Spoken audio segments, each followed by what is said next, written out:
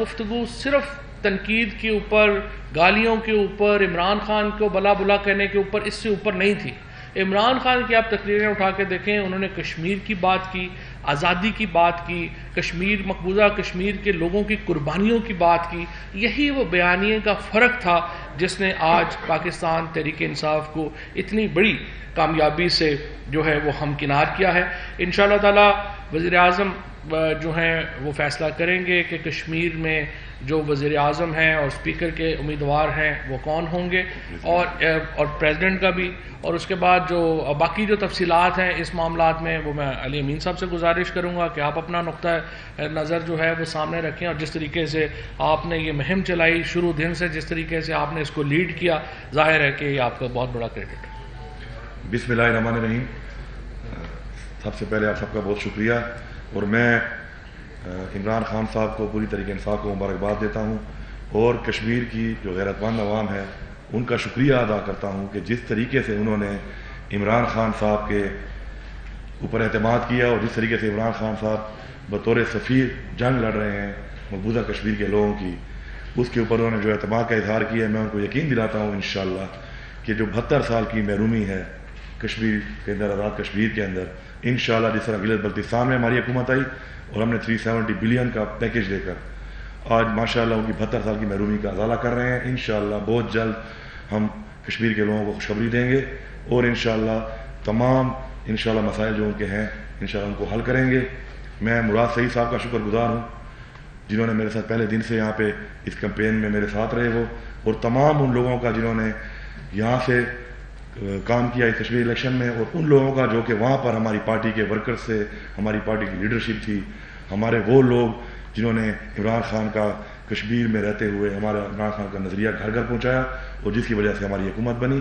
انشاءاللہ ان سب کی آنکھیں کشمیر کے لوگوں کے سامنے انشاءاللہ اونچی ہوں گی. وہ سرخرو ہوں گے کہ جس پارٹی کے لیے انہوں نے ووٹ مانگا، جس پارٹی کے لیے انہوں نے محنت کی، انشاءاللہ وہ پارٹی انشاءاللہ وہاں پہ ڈیلیور کر کے انشاءاللہ ان کا جو مقصد تھا انشاءاللہ آگے بڑھائے گی اور پورا کرے گی. Thank you.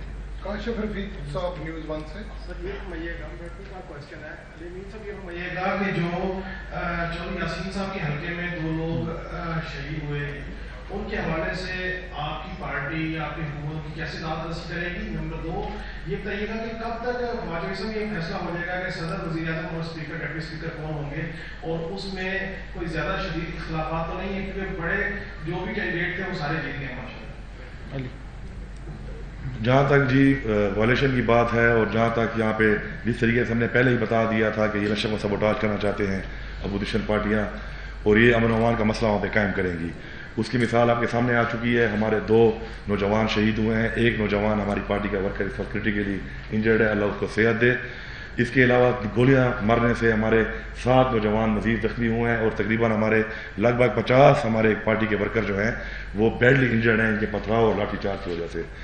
تو ہم ان خاندانوں کے ساتھ ہیں، اور جو بھی انسان کی جان تو دوبارہ نہیں آ سکتی، لیکن جو بھی ازالہ ہے انشاءاللہ وہ ہم کریں گے. ہم ان کی قربانیوں کو سلام پیش کرتے ہیں، اور انشاءاللہ ان کی جو قربانیاں ہیں کشمیر کی ترقی کی صورت میں انشاءاللہ وہ انشاءاللہ رنگ لائیں گی. دوسری جو بات جس طرح فواد چودھری صاحب نے بتایا آپ کو کہ عمران خان صاحب نے پہلے ہی پرائم منسٹر پاکستان نے بتا دیا تھا کہ الیکشن کے رزلٹ آنے کے بعد میں فیصلہ کروں گا کہ پریزیڈنٹ، پرائم منسٹر اور اسپیکر اور باقی جو ہمارے منسٹرز ہیں وہ کس کو بنایا جائے گا. تو اس کے حوالے سے پارٹی کی لیڈرشپ کی میٹنگ ہوگی، جو بھی ہوگا انشاءاللہ آپ کے سامنے آ جائے گا. میں تو اس کے لیے ٹائم لائن دے نہیں سکتا ہوں کیونکہ یہ فیصلہ میں نے نہیں بلکہ عمران خان صاحب نے کرنا ہے. رازق بٹی صاحب کشمیر ایکسپریس.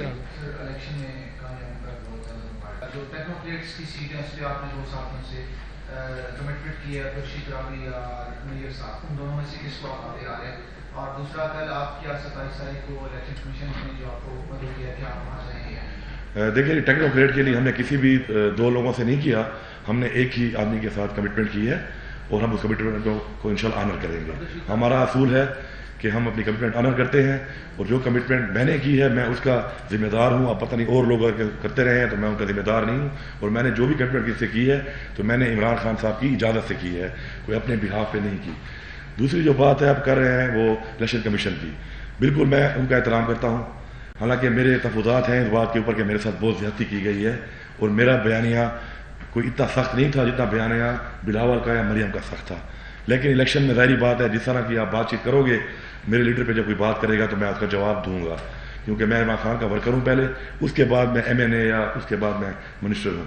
کل مجھے انہوں نے بلایا ہوا ہے، میرا وکیل انشاءاللہ پیش ہوگا، اپنا موقف دے گا، اور جو بھی وہ فیصلہ کرتے ہیں، جو بھی چیز ہوگی میں اس کا احترام بھی کرتا ہوں اور میں اس کو فیس بھی کرنے کو تیار ہوں. رضا عابد صاحب رول ٹی وی سے. سر یہ بتائیے گا کہ ابھی اپوزیشن کی تمام جماعتوں نے مریم نواز نے بھی، بلاول نے بھی دھاندلی کے الزامات لگائے ہیں اور الیکشن کے نتائج کو مسترد کیا ہے. دوسری طرف جو پچھلا رزلٹ تھا کشمیر کا، اس میں 4-5 سیٹیں تھی پیپلز پارٹی کی، اب وہ 10-11 سیٹوں پہ آئے اور پیپلز پارٹی کو بہرحال کوئی ترقی کی ہے. پتہ نہیں پیپلز پارٹی نے ترقی کی ہے یا نون لیگ ہی بالکل بیٹھ گئی ہے. میرا یہ خیال ہے کہ دوسری بات، اگر یہ حمد اللہ محب وغیرہ سے نواز شریف کی ملاقات نہ ہوئی ہوتی تو پھر شاید نون لیگ جو تھی اور پیپلز پارٹی جو ہے وہ آ جاتی برابر. لیکن چونکہ نواز شریف نے ایک بہت ہی اینٹی کشمیر نیریٹو جو ہے اس کو آگے بڑھایا اور مریم نواز شریف نے اس کو پھر بڑھایا، اس کی وجہ سے کشمیر کے لوگوں نے اس کو مسترد کیا ہے. جہاں تک دھاندلی کے الزامات ہیں، وہ ہماری اردو میں کہتے ہیں نا کہ کھسیانی بلی کھمبا نوچے. یہ کھسیانی بلیاں جو ہیں، میں تو کہہ رہا ہوں ان کی پارٹیوں کو چاہیے ان سے استعفے لیں.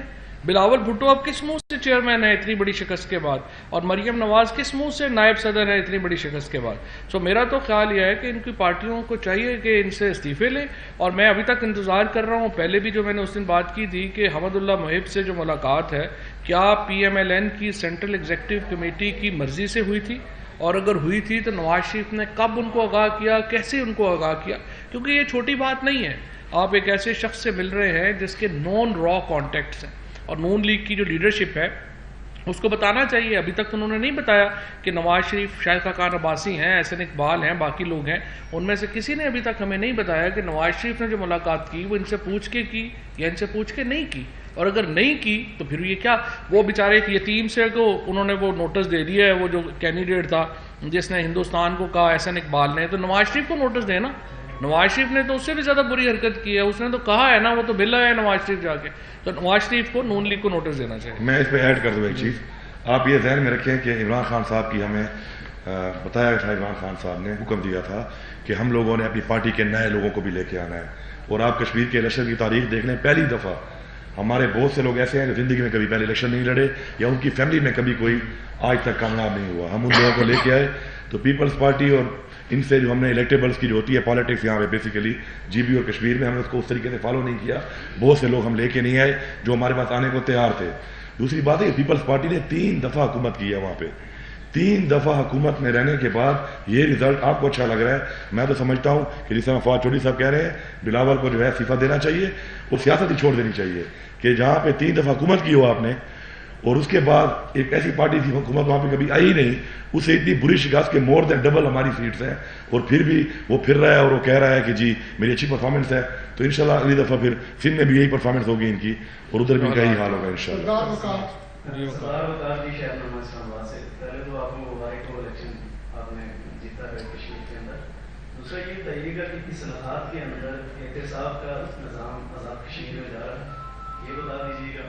اور تیسرا جو ہے، سب سے پہلے جو آپ کی اصلاحات ہوں گی ان میں سب سے پہلی اصلاحات کون سی ہوگی جو حکومت کے بعد آپ کی؟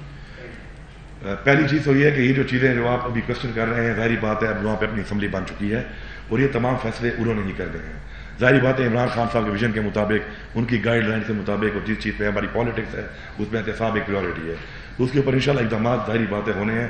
ہماری دوسری چیزیں ہیں ان میں ٹورزم ہماری بہت فوکس ہمیں کرنا ہے اس پہ، انفراسٹرکچر، ہیلتھ، ایجوکیشن اور انڈسٹری جس سے ہمارا روزگار بڑھے. یہ چیزیں ہم نے انشاءاللہ کی ہوئی ہیں. ہم نے آلریڈی سے پلان بنایا ہوا ہے GB کی طرح.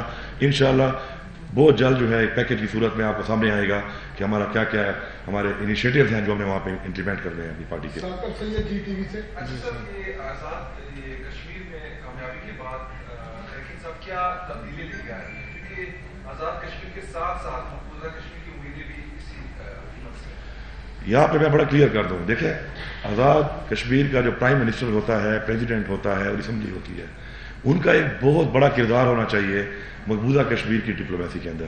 لیکن افسوس کی بات یہ ہے کہ اب تک جو حکمران رہے وہاں پر، ہمارے یہاں پہ حکمران ان کے پیچھے وہاں پہ جو ان کے حوالی تھے، انہوں نے اس پہ کوئی کردار ادا نہیں کیا. اب انشاءاللہ آپ دیکھیں گے 5 اگست کو عمران خان صاحب جب خطاب کریں گے جا کر، اسمبلی کو ہمیشہ کرتے ہیں وہ، پرائم منسٹر پاکستان کرتے ہیں، اس دفعہ جب کریں گے تو انشاءاللہ ان کا اپنا پرائم منسٹر اور ان کی اپنی حکومت ہوگی. اور جوائنٹلی جب ہم لوگ یہ آواز اٹھائیں گے اب انشاءاللہ مقبوضہ کشمیر کی آزادی کے لیے، تو آپ دیکھیں گے ایک واضح فرق آپ کو نظر آئے گا. تو میں سمجھتا ہوں چونکہ وہ اسٹیک ہولڈرز ہیں اور ان کو فرنٹ پہ ہونا چاہیے، اب تک وہ فرنٹ پہ نہیں رہے، ہم انشاءاللہ ان کو فرنٹ پہ رکھ کے انشاءاللہ کشمیر کی مسئلے کا جو حل ہے ان کے تھرو انشاءاللہ کریں گے، اور بہت جلد آپ کو اس میں بہت زیادہ انشاءاللہ نظر آئے گا کہ کتنا ہم اچیو کرتے ہیں انشاءاللہ اس میں.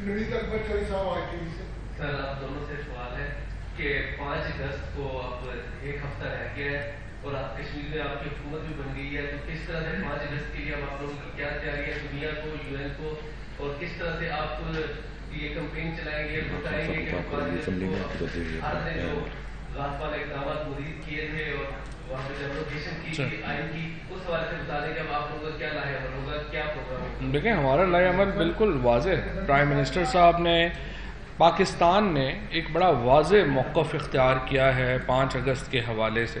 ہم نے کہا ہے ہندوستان کو، جب ہندوستان نے پاکستان کے ساتھ ڈائیلاگ کی خواہش کا اظہار کیا تو ہم نے انہیں کہا کہ ہم تو ڈائیلاگ کے لیے تیار ہیں، ہم تو بھارت کے ساتھ تعلقات بہتر کرنا چاہتے ہیں کیونکہ اس میں فائدہ ہے پاکستان کے شہریوں کو اور ہندوستان کے لوگوں کو، کیونکہ اس سے غربت ختم ہوتی ہے اگر ہمارے تعلقات قائم ہوں. لیکن اس کی پہلی شرط یہ ہے کہ آپ 5 اگست کے جو غاصبانہ اقدامات ہیں ان کو آپ واپس لیں.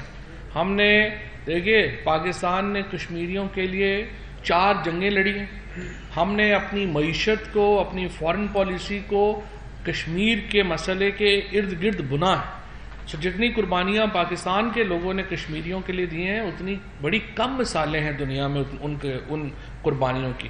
ہم انہی قربانیوں کے تسلسل میں، جو وزیر اعظم عمران خان کا وین ہے اور اسی لیے ان کو کشمیر کا سفیر کہا جاتا ہے پوری دنیا میں، انہوں نے ان قربانیوں کے تسلسل میں وہ تمام اقدامات اور سخت ترین اقدامات جو پاکستان لے سکتا ہے وہ ہم لے رہے ہیں. اور اب بھی ہم نے واضح کر دیا ہے کہ ہم کوئی گفتگو نہیں ہندوستان کے ساتھ کریں گے جب تک وہ 5 اگست کے اقدامات کو واپس نہیں لیتا. اور انشاءاللہ 5 اگست کو وزیر اعظم تشریف لے کے جا رہے ہیں کشمیر، وہاں پہ وہ سیشن سے خطاب کریں گے اور اس دن آپ دیکھیں گے کہ ہم جو بھی ہمارے مستقبل کی اسٹریٹجی ہے ان اقدامات کو لے کے وہ انویل کریں گے. سر ظفر ہاشمی صاحب دنیا سے. جی ظفر لاسٹ. جی سر 5 اگست کے حوالے سے آپ کی حکومت پر ایک یہ تنقید بھی ہوتی ہے، پاکستان کے اندر اپوزیشن تنقید کرتی ہے، بھارت میں بھی یہ تنقید ہوتی ہے کہ آپ کی حکومت کو یہ تھا کہ مودی 5 اگست کو وہاں پر کیا اقدامات اٹھانے جا رہے ہیں، آپ اس کے خلاف کچھ نہیں کر سکے. آپ نے مقبوضہ کشمیر کا وہ جو حصہ تھا وہ آپ کی حکومت نے انڈیا کے حوالے کر دیا. اس کے بعد جو خان صاحب نے پچھلے دنوں جو بیان دیا آزاد کشمیر میں، اس پر بھی انڈین میڈیا میں بڑی تنقید ہو رہی ہے. آپ نے جو کہا کہ جی ہم ریفرینڈم کرائیں گے اور آزادی کے حوالے سے ان سے سوال کریں گے کہ وہ آزاد رہنا چاہتے ہیں یا پاکستان کے ساتھ رہنا چاہتے ہیں، تو کہتے ہیں انڈین میڈیا کا یہ کہنا ہے کہ اس کا مطلب ہے کہ آزاد کشمیر پر بھی آپ کا کوئی حق نہیں ہے جو وہاں اس طرح کا ریفرینڈم کرانے جا رہے ہیں، اور اس کا مطلب ہے کہ وہ جو آزاد کشمیر ہے وہ بھی آپ اپنے ہاتھوں سے پوچھیں. پہلی بات تو یہ ظفر ہاشمی صاحب، آپ کی جو کامنٹ ہے اس کو تو کشمیر کے لوگوں نے ہی مسترد کر دیا اور کشمیر کے لوگوں نے فیصلہ کیا ہے کہ جو عمران خان کی جو پالیسیز تھیں وہی کشمیر کے عوام کے انٹرسٹ میں اور پاکستان کے لیے درست تھیں. لہٰذا جو بھی یہ تنقید کرتے ہیں ان کو کشمیر کے حقائق کا ہی علم نہیں ہے.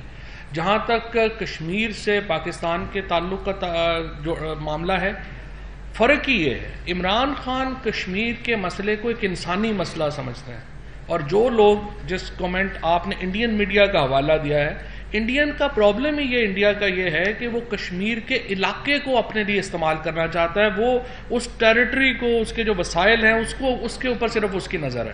ہماری کشمیر کے وسائل پہ نظر نہیں ہے.